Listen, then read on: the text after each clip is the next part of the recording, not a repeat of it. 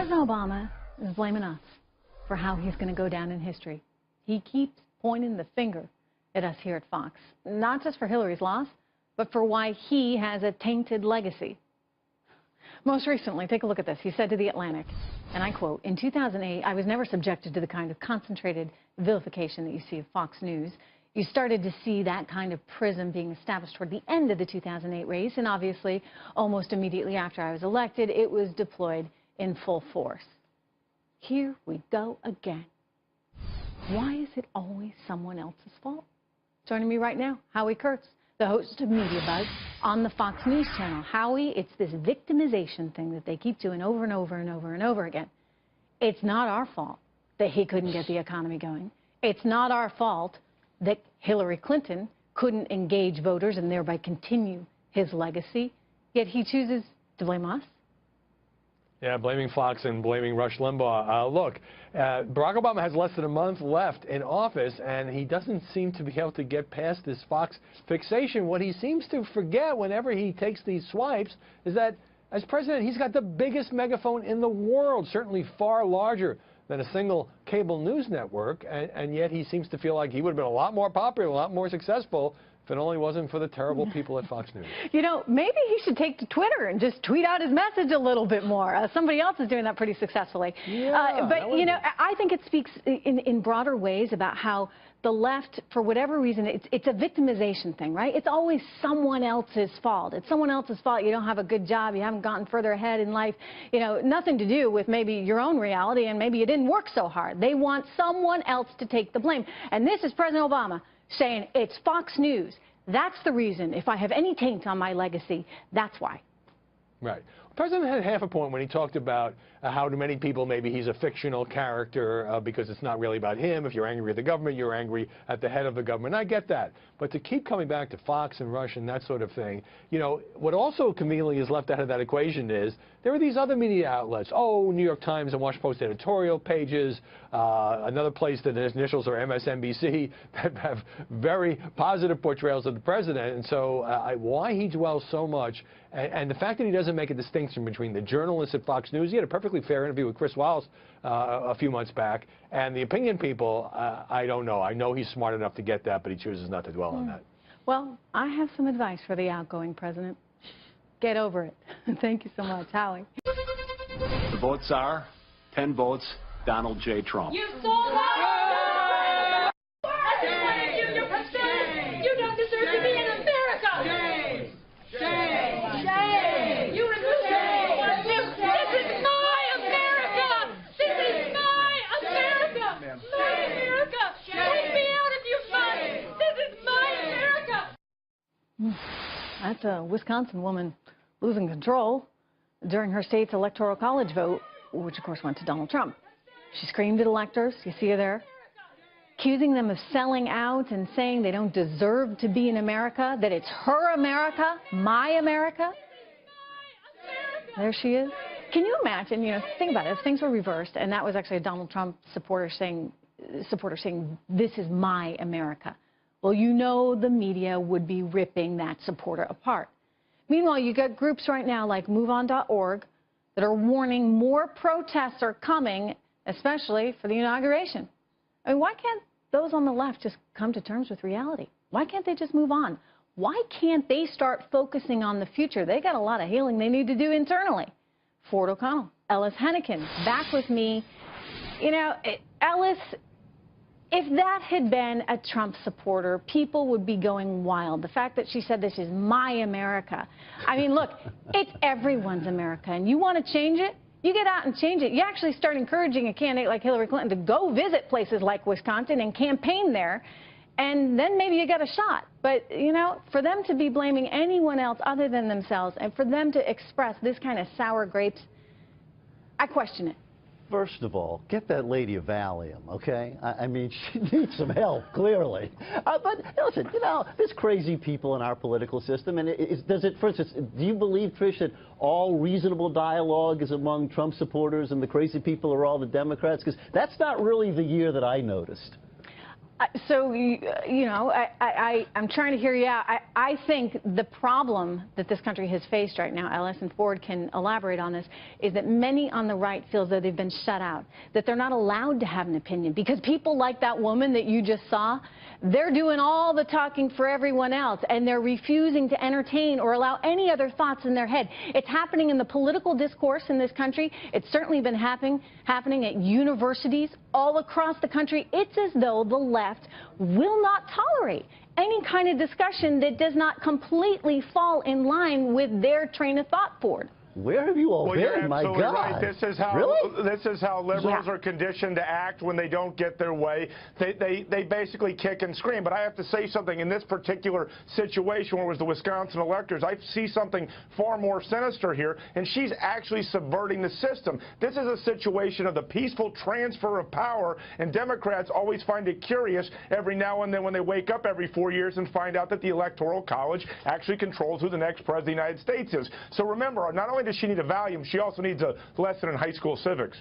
Well put. Well put. Look, people are talking about changing this electoral system. They don't like it. I don't know where you come out on this, Ellis, but I'll tell you one thing. I'm a small-town girl from New Hampshire. We got 4 lousy electoral votes, but you know what?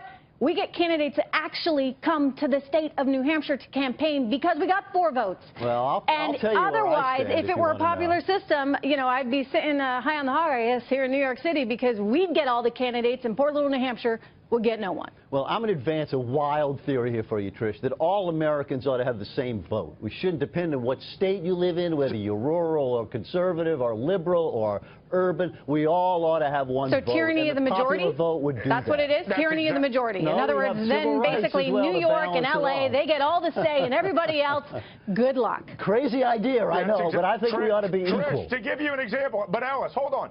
Basically, Donald Trump won, what, 2,623 counties, and Hillary Clinton won 489. Basically, Democrats want to marginalize the rural vote, which is, by the way, the majority of this nation, and they want to basically keep it within the towns where they control the government and use their Saul Alinsky trappings to keep them on the dole, to keep the government going, which is the way they want it.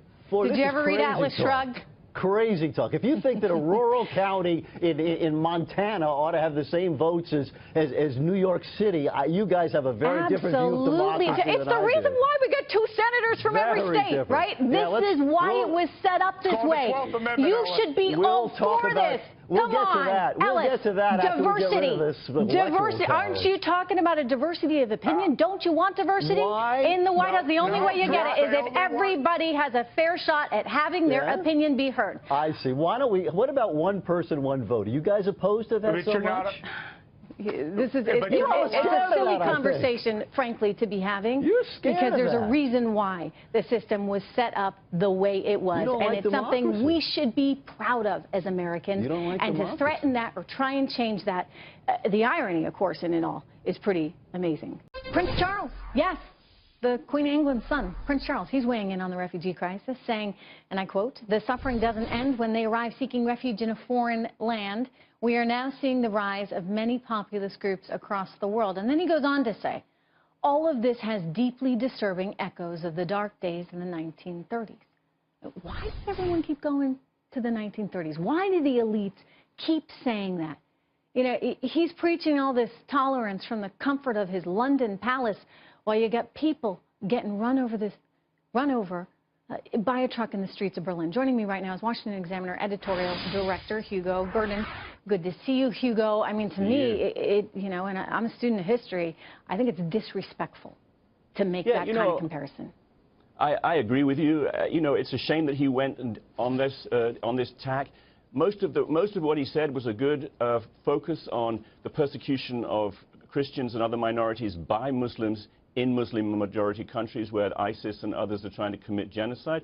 And then he went on the tack. I think it's an overwrought comparison. A lot of people try and make it. But what we have to remember is there's certain people on the left who are apt to make this comparison. You remember that Ronald Reagan and George W. Bush were both compared to Hitler. It's a comparison that's often made. Why are they so free to make that? I mean, that's the kind of thing that, you save for when you really need it. And yet the left repeatedly, I mean, we've heard so many people make these comparisons, and they throw it out there like it's just, a common thing to say. Well, absolutely, and it's kind of distasteful. It's a kind of gutter comparison. Frankly, they like the boy crying wolf. They said it so often, and I think this is actually what Prince Charles is actually watching is not a return to the 1930s. It's true that establishments are being thrown out all over the Western world, and that's because electorates have become they don't respect politicians anymore because they don't think politicians tell them the truth. When politicians like President Obama or Hillary Clinton say that Muslims have nothing to do with terrorism, people know they're being lied to. Well, look, you know, I'd say this, and you're obviously British, right? I think I hear an accent. Yeah. You know, so I don't quite have the same appreciation for the royals, perhaps, that you would. But, you know, gosh darn it, I thought they were supposed to stay out of politics. And, you know, it's very easy to say this kind of stuff when you're surrounded by Secret Service and you're living in your palace and you're protected. But everyday folks out there in Europe are really dealing with this struggle, as we are seeing right now in the streets of Berlin. Hugo, good to see you. Thank you so much. What's going on here elsewhere that you're hearing? Well, a lot of speculation inside the FBI, and I'll tell you, this is something you and I hit on. About Entenmann's? About Entenmann's and Rudy Giuliani. Rudy Giuliani is a Brooklyn guy. Guarantee he ate a lot of Entenmann's. Didn't Entenmann's start in Brooklyn? It did, as a matter of fact. There we go. See how I And I grew up with a guy who was related to someone in the Entenmann's family, so he got all the Entenmann's he can eat. Sure. It's on my food pyramid, but I digress. Go ahead. Anyway, Rudy, a Brooklyn guy who ate plenty of Entenmann's cakes over the years. The speculation inside the FBI is that he is at some point going to be tapped to replace Comey. Now, we should point out Jim Comey, the controversial current director of the FBI, the Obama appointee, who is a Republican, who turned kind of the election upside down, as you remember. Weeks before the election was over, he basically announced he was reopening the probe into Hillary Clinton's email server. You know, the Clintons and the Democrats think that cost to the White House. I don't. I think Obamacare premium spiking has a much more bigger impact on the bottom line. They're not saying that, boy. No, they're not. Everything They don't want to take any. They don't want to admit that. They'll just talk about Comey. But I think, you know, Trump believes. There's a lot of people inside the Trump. I don't know what Donald believes, but there's a lot of people inside the Trump inner circle believe that, you know, Comey is someone that probably has to go. Remember, she initially did. But he has like another gazillion years left on his term, right? Officially. There's ways around that, I hear. Really? Like, yeah, I mean, listen, he in many ways he serves at the president's pleasure. Discretion of the president. And there is a discretion that you can try to get rid of him. So that's one thing. And then the other thing is, I don't think Carl Icahn eats Entenmann's. No. Now, he's a New York guy. He eats Entenmann's as well. You're a very big health He's an advisor now. You're a health nut. Do you eat this kind of food?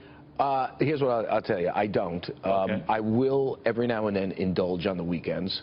I've been doing. Do you eat raw cookie dough? No. I've been doing bark lately. You ever tried a chocolate bark? It's very good. No, never have. It's got some fat in it, but it's much less refined, and it tastes actually pretty good. Wait a minute. Charlie Gasparino is trying something that's not refined? You know, much less refined is good. Oh, okay. When you use refined products, refined sugar, it's bad. Capiche? Sure. Like whole wheat pasta is better than regular pasta. My cardiologist might be watching, but I think he's traveling. I'm telling you, man. Stick with me. All right.